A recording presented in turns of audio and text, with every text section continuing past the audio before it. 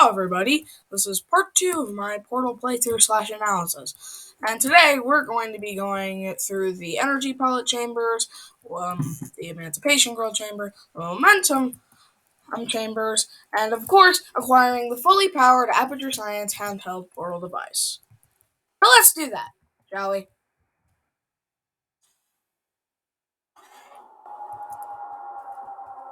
On to Chamber 6. Part 1 of the trilogy of energy pellet chambers. Blood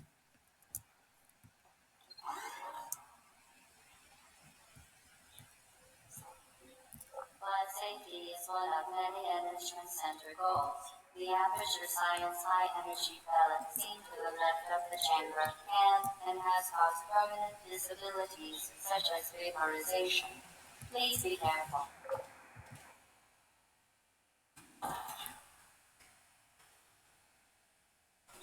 Okay, everybody, welcome to Chamber 6. You can tell this is an energy pellet. You can tell it's, well, a pellet of energy.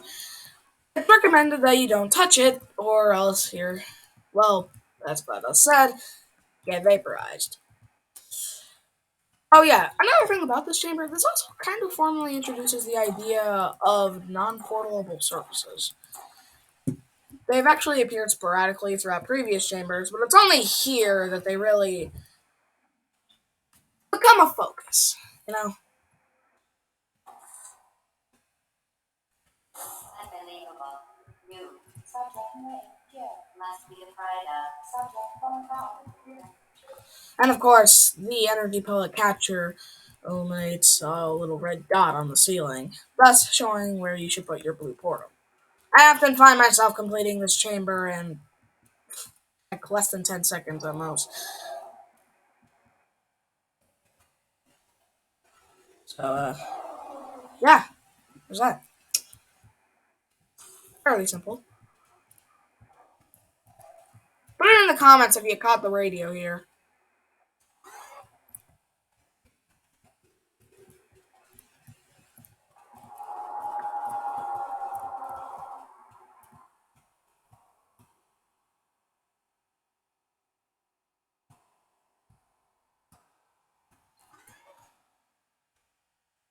Warning devices are required on all mobile equipment.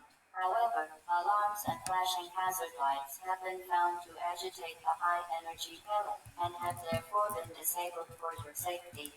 Welcome to Chess Chamber 07. And I'm just going to show you where the radio is because, well,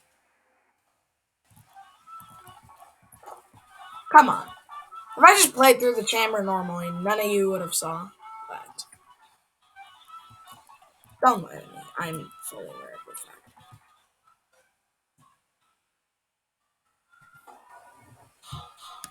Now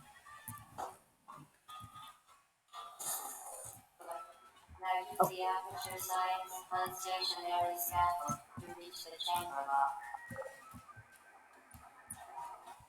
And that's the place you need to put it to make it beep a bunch. Again, as I said in the previous video, part of an ARG.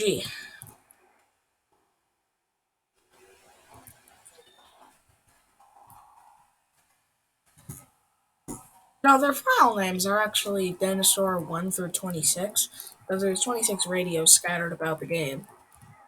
This is presumably a reference to a book named Dinosaur Alphabet. Yeah, there's Chamber 7.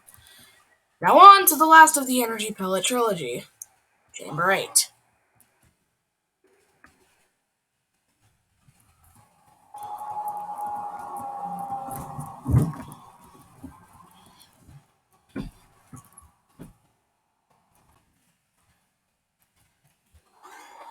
Here it is. Please note that we have added a consequence for failure. Any contact with the chamber floor will result in an unsatisfactory mark on your official testing record, followed by death. Good luck. Okay, quick thing I wanted to mention. By this point in the game, it's starting to get a little odd what GLaDOS is saying. In fact, some would rather say it's ominous. However, Chances are those of you whom have keen eyes probably notice the fact that there are observation rooms peppered throughout the many chambers. However, if you look closely, no one's in them. A rather ominous undertone to an already oddly dark game.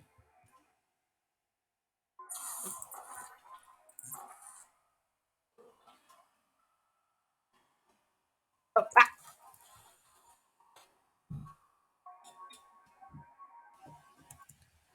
yeah, that's kind of the main thing introduced in this chamber. The literal dead goo. Yeah, if you touch it, it just kills you.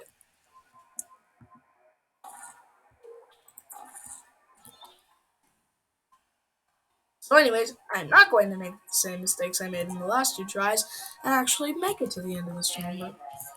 Please note that any appearance of danger is merely a device to enhance your testing experience. Ah, so through the chamber lock and on to the material emancipation grill chamber. This is going to be interesting.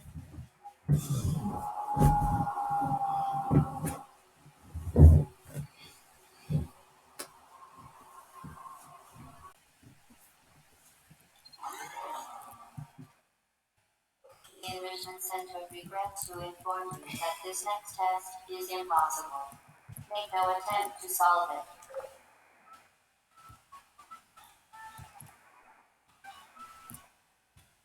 This chamber is a bit of an oddity. At first, chances are our new players will probably pick the cube up and try and bring it through, but well, that happens. And they realize they The can't Enrichment Center just. apologizes Oh, for wait. this clearly broken test chamber.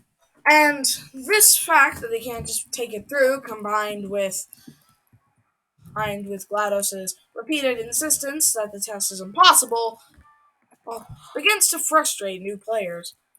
Until, Once again, the Enrichment Center offers its most sincere apologies on the however, occasion of eventually, this unsolvable test environment. the player notices there's a little crevice in the wall, and they notice where the orange portal is placed.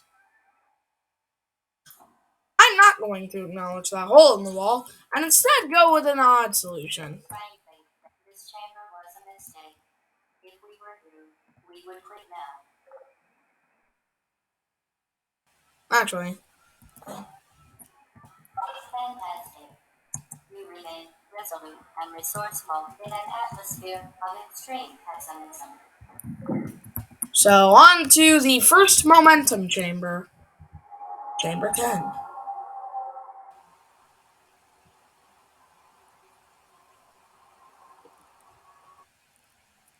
Oh, side note. Try to find the radios in all of the chambers except for 7 and 12. 7 because I just showed you, and 12 because I'll show you there. Hello again. To reiterate,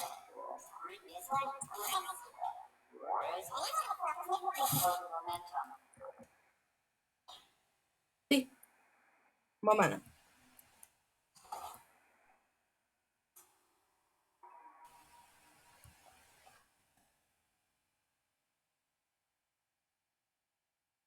This chamber has the same thing that's going on in Chamber 6, where a lot of the panels are dark in color, and thus it gives an oddly ominous feeling.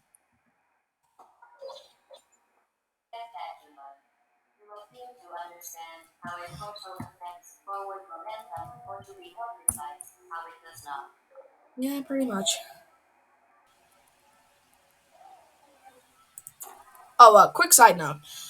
When you're playing this game, Momentum, a function of mass and velocity, is conserved between portals. In layman's terms, speedy thing goes in, speedy thing comes out. basically, you can't place portals on moving surfaces. This is the same thing in Portal 2, with the exception of one single scenario. So, here we are. And now, chamber 11. Goodbye.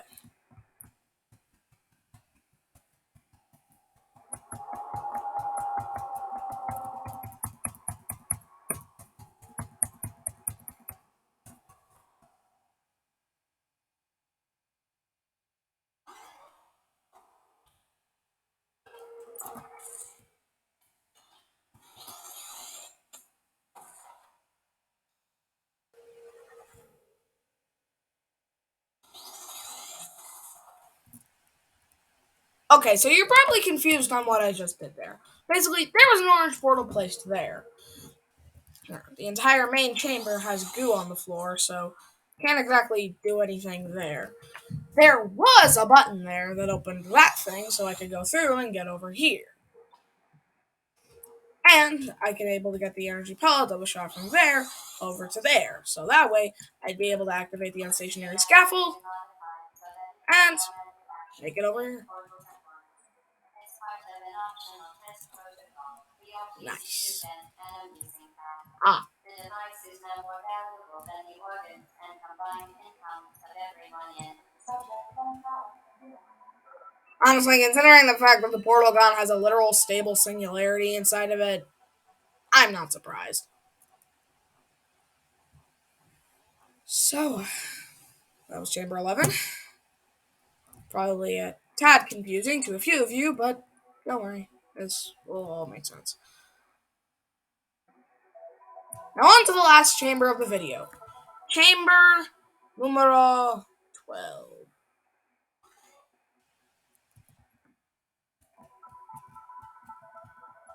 The second momentum chamber, by the way.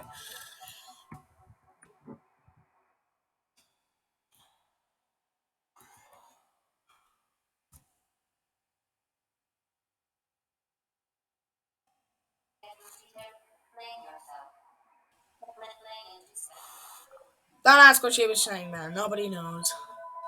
Well, obviously the people that were looking into the files know, but they were looking into the files. You can never trust people who look into the files.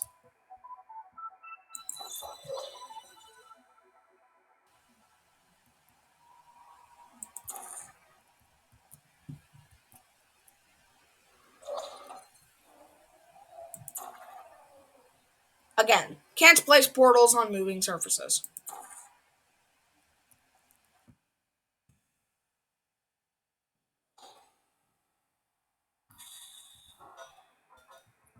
Ah, this chamber also has cubes and buttons in it.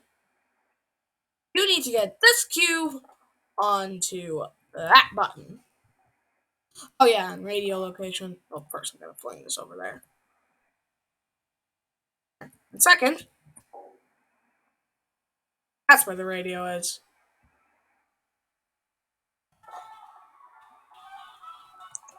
Pretty clever hiding spot if you ask me.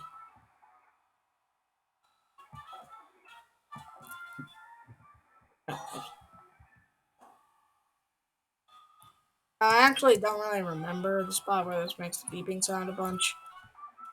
Really, it's not over here. Ow. Where'd the radio go? Where did it go?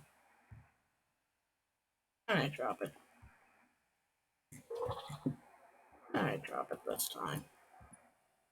Over there?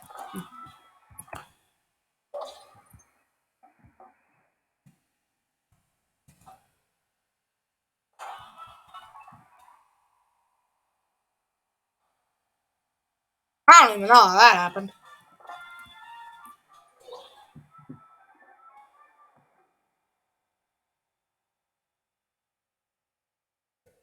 Where's code?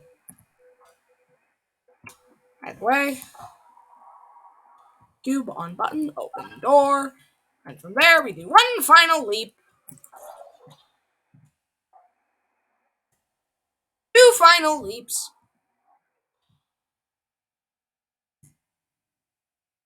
Three final leaps. And we finish the chamber. So yeah, there's that. Also, this is where the video ends. So, yeah. Well, it's chamber 6 through 12. Next time, we're going to be doing chambers 13 through, I don't know, 16, 17. The most of the dual portal chambers. You may be wondering why I didn't include chamber 12 on that list, because let's be honest, we could probably beat this chamber just using one color portal. You really only need to place like one orange portal in the entire stage.